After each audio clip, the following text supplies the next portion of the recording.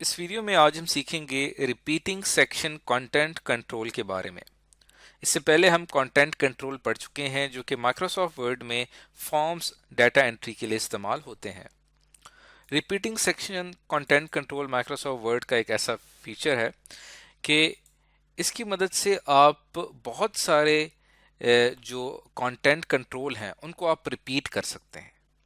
अब इस चीज़ को समझने के लिए सबसे पहले तो ये याद रहे आपको कि रिपीटिंग सेक्शन कंटेंट कंट्रोल, जिसको RSCC कंटेंट कंट्रोल भी कहा जाता है, इसकी मदद से बहुत सारे कंटेंट कंट्रोल के जो इंस्टेंसेस हैं, यानी उनको बार बार जब हम रिपीट करते हैं तो उसका एक इंस्टेंस क्रिएट होता है। उनको अगर आपने रिपीट करना है, उसकी आपको ज़रूरत पड़ रही है अपने डॉक्यूमेंट में, तो उसके लिए हम इसका इस्तेमाल करते हैं। और इस कंट्रोल का एक फ़ायदा ये है कि इस कंट्रोल को ऐड करने के बाद इस कंट्रोल के अंदर आप दूसरे कंटेंट कंट्रोल इंसर्ट कर सकते हैं और उसको फिर हम अपने हिसाब से रिपीट कर सकते हैं। अब इस चीज़ को हम प्रैक्टिकल एग्जांपल से समझने की कोशिश करते हैं। माइक्रोसॉफ्ट वर्ड यहाँ पे मैंने ओपन किया और यहाँ से मैं आ जाता हूँ ब्लैंक डॉक्यूमेंट में और हम ऑन कर लेते हैं अपनी developer tab. Developer tab on करने के बाद आपको यहाँ पे कंट्रोल्स का एक सेक्शन नज़र आ रहा है, जिससे पहले हमने ये सारे कंट्रोल्स स्टडी किए थे। इसके बाद आखिर में यहाँ पे हमारे पास आता है रिपीटिंग सेक्शन कंटेंट कंट्रोल। इसके ऊपर अगर मैं क्लिक करता हूँ तो आप देखें कि यहाँ पे आपके पास एक कंटेंट कंट्रोल आ चुका है, जहाँ पे आप अपनी मर्जी का टेक्स्ट एंटर कर सकते हैं। अब जैसे यहाँ पे इसके अंदर रहते हुए आपने अगर किसी भी शख्स का जो है वो नेम आपको चाहिए और उसके साथ ही आपको उसका फादर्स नेम चाहिए और साथ ही उसका हमें रोल नंबर चाहिए। अब देखिए इसमें हमारे पास तीन चीज़ें इंपॉर्टेंट आ चुकी हैं। इसके अंदर हम स्टूडेंट का नेम एंटर कर सकते हैं, उसका फादर नेम एंटर कर सकते हैं और उसका रोल नंबर एंटर कर सकते हैं। ये सिंपल एक टेक्स्ट फील्ड है। अब लेट्स सपोज कि आपके पास 100 स्टूडेंट्स हैं और 100 स्टूडेंट्स का आपने इस तरह से एक रिकॉर्ड बनाना है, उनका नेम, फादर नेम और रोल नंबर। तो उसके लिए आपको बार बार कंटेंट कंट्रोल ऐड करने की ज़रूरत नहीं है। बार बार आपको यहाँ पे प्लेन टेक्स्ट या रिच टेक्स्ट एंटर करने की ज़रूरत बिल्कुल भी नहीं है। आपने सिंपल क्या करना है कि इस कंटेंट कंट्रोल के बिल्कुल आखिर में आपको यहाँ पे प्लस का एक बटन नज़र आ रहा है। इसके ऊपर मैं क्लिक करता हूँ तो देखें आपका जो हमने इससे पहले क्रिएट किया था name, father name, roll number, वो रिपीट हो चुका है। अगला जो स्टूडेंट होगा उसका नेम, फादर नेम और रोल नंबर हम साथ लिखते चले जाएंगे। इस तरह करते करते ये देखें यहाँ पे ये रिपीट होता चला जा रहा है। तो ये बड़ा ही एक ज़बरदस्त फीचर है। जब भी आपको रिपीटेटिवली ज़रूरत पड़ती है, एक ही किस्म का डाटा बार बार आपने एंटर करना है, तो उसके लिए सेपरेट कंटेंट कंट्रोल ऐड ना करें, बल्कि रिपीटिंग सेक्शन कंटेंट कंट्रोल से आप बार बार इसको रिपीट करते रहें और डाटा एंटर करते चले जाएं। तो एक तो इसका ये फ़ायदा है जो कि हमने यहाँ पे सीख लिया, सिंपल सा इसका जो एक फ़ायदा है। अब दूसरी चीज़ जो इम्पोर्टेंट ये है कि लेट सपोज कि आप एक कंपनी है जो कि कार देती है लोन पे। तो उसके लिए उन्होंने क्या किया हुआ है कि यहाँ पे सबसे पहले आ जाएगा कार नेम। उसके लिए यहाँ पे मैं क्या करता हूँ, एक प्लेन टेक्स्ट इंसर्ट कर देता हूँ। यहाँ पे आप क्या लिखेंगे, कार का नाम लिखेंगे। ओके जी। उसके बाद हम यहाँ पे लिखते हैं मॉडल, कि उसका मॉडल क्या है। उसके लिए भी हम यहाँ पे क्या करते हैं, एक प्लेन टेक्स्ट इंसर्ट कर देते हैं। ठीक है। और उसके बाद हम यहाँ पे कंपनी कि कंपनी, किस कंपनी से आप कार लेना चाह रहे हैं, उसके लिए भी हम यहाँ पे एक इंसर्ट कर देते हैं प्लेन टेक्स्ट। ठीक है। और उसके बाद हम यहाँ पे ये डिसाइड करते हैं कि आपने जो कार का जो लोन लेना है उसके लिए इंस्टॉलमेंट का जो टेन्योर है वो कितना होगा, कितने सालों के लिए आप इंस्टॉलमेंट्स दे सकते हैं। उसके लिए क्या करते हैं कि यहाँ पे हम एक ड्रॉप डाउन लिस्ट इंसर्ट कर देते हैं और इसकी प्रॉपर्टीज में जाके मैं यहाँ पे ऐड कर देता हूँ 2 years और 4 years और 6 years। ओके जी, ओके पे क्लिक किया तो अब आप देखें यहाँ पे आपके पास आ रहा है कि आप 2 साल के लिए लेना चाहते हैं, 4 साल के लिए या 6 साल के लिए।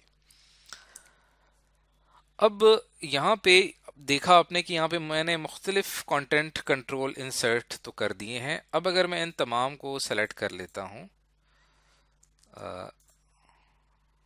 कि इसको हम फिलहाल यहाँ से रिमूव करते हैं, ये तमाम कंटेंट कंट्रोल को मैं सेलेक्ट कर लेता हूँ और फिर यहाँ पे आपको ऑप्शन नज़र आ रहा है रिपीटिंग सेक्शन कंटेंट कंट्रोल, इसके ऊपर मैं इंसर्ट करता हूँ तो ये सारे जो कंटेंट कंट्रोल होंगे ये सारे के सारे अब repeating section control content control में इनक्लोज्ड हो गए हैं। यहाँ पे आप देखें इसके इर्द गिर्द आपको एक बॉर्डर नज़र आ रहा है। अब यहाँ पे आप कार नेम एंटर करेंगे, उसका मॉडल, उसकी कंपनी, टेन्योर कितने सालों के लिए आप ले सकते हैं। अब ये एक कार की इंफॉर्मेशन आपने यहाँ पे सेलेक्ट की।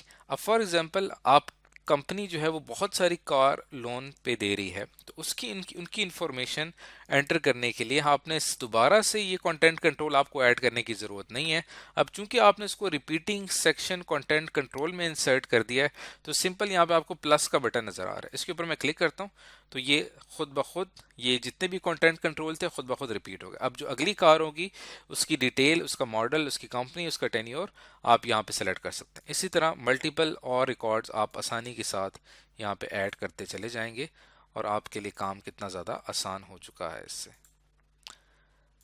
तो ये एक बड़ा ही ज़बरदस्त फीचर है जिसकी मदद से आप अपने कंटेंट कंट्रोल को रिपीट करके बहुत आसानी के साथ फिल कर सकते हैं। उसके साथ ही यहाँ पे आपको लेगेसी टूल्स का एक सेक्शन नज़र आ रहा है।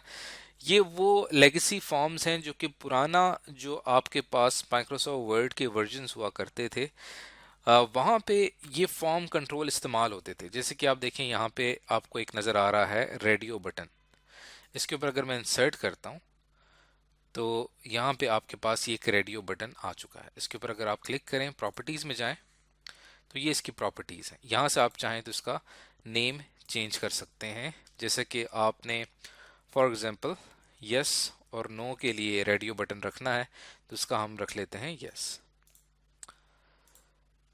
तो बल्कि इसके ऊपर अगर मैं यहाँ पे राइट क्लिक करता हूँ तो यहाँ पे ऑप्शन बटन ऑब्जेक्ट एडिट पे क्लिक करते हैं तो हम इसको यहाँ से खुद ही एडिट करके इसका नाम रख देते हैं यस और डिज़ाइन मोड ऑफ कर देते हैं और उसके बाद ये आपके पास एक रेडियो बटन इंसर्ट हो चुका है। और उसके बाद यहाँ पे जो उसके नीचे का जो सेक्शन नज़र आ रहा है यहाँ पे मैं एक और रेडियो बटन इंसर्ट करता हूँ तो देखिए राइट क्लिक किया, इसके ऊपर ऑप्शन बटन ऑब्जेक्ट पे आया मैं और इसका नाम हमने रखा नो। तो यहाँ से डिज़ाइन मोड ऑफ कर दिया मैंने और अब जो है वो देखिए यहाँ पे आपको दो बटन नज़र आ रहे हैं यस और नो। तो ये एक सिंपल सी एक एग्जांपल थी। इसके अलावा ये जितने भी आपको फॉर्म कंट्रोल नज़र आ रहे हैं यहाँ पे जो कि इस्तेमाल होते हैं फॉर्म्स में, इसकी बहुत ही ज़्यादा डिटेल में आपको उसको स्टडी करना पड़ेगा। और इसके साथ एक चीज़ बताता चलूँ कि जब भी आप कोई फॉर्म कंट्रोल इंसर्ट करते हैं तो उसके साथ साथ आप उसके ऊपर प्रोग्रामिंग भी कर सकते हैं।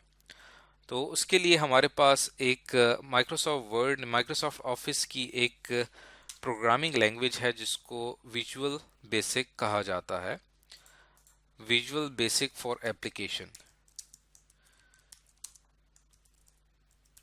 ये इस्तेमाल होती है कि जितने भी हमारे कंट्रोल्स होते हैं उनके बैक पे अगर हम कोई कोड लिखना चाहें तो हम लिख सकते हैं। जैसे यहाँ पे यस का एक रेडियो बटन है, इसके ऊपर अगर मैं डबल क्लिक करता हूँ डिज़ाइन मोड पे आके इसके ऊपर हम डबल क्लिक करते हैं तो देखिए यहाँ पे Microsoft visual basic for application की विंडो आपके सामने ओपन हो जाएगी जहाँ पे आप कोड लिखकर उस कंटेंट कंट्रोल से क्या काम लेना चाहते हैं वो आप कर सकते हैं। तो ये एक बिल्कुल एक सेपरेट फील्ड है, ये इसकी प्रोग्रामिंग लैंग्वेज है। बहुत एडवांस लेवल पे जब आप माइक्रोसॉफ्ट ऑफिस को अप्लाई करते हैं तो वहाँ पे आपको VBA लैंग्वेज जो है ये आपको सीखनी पड़ेगी। तो ये तमाम टूल्स को हमने यहाँ पे ओवरऑल एक रिव्यू लिया है। तो यहाँ से हमें अंदाज़ा हुआ कि डेवलपर टैब में जाके कंट्रोल्स का जो सेक्शन है वहाँ पे आप इसको मैं वापस डिज़ाइन मोड ऑफ कर देता हूँ, वहाँ जाके आप कितनी आसानी के साथ फॉर्म डिज़ाइन कर सकते हैं। तो आज की इस वीडियो में हमने सीखा ख़ास तौर पे स्पेसिफिकली कि माइक्रोसॉफ्ट वर्ड में रिपीटिंग सेक्शन कंटेंट कंट्रोल क्या होता है और इसको कैसे इस्तेमाल किया जाता है।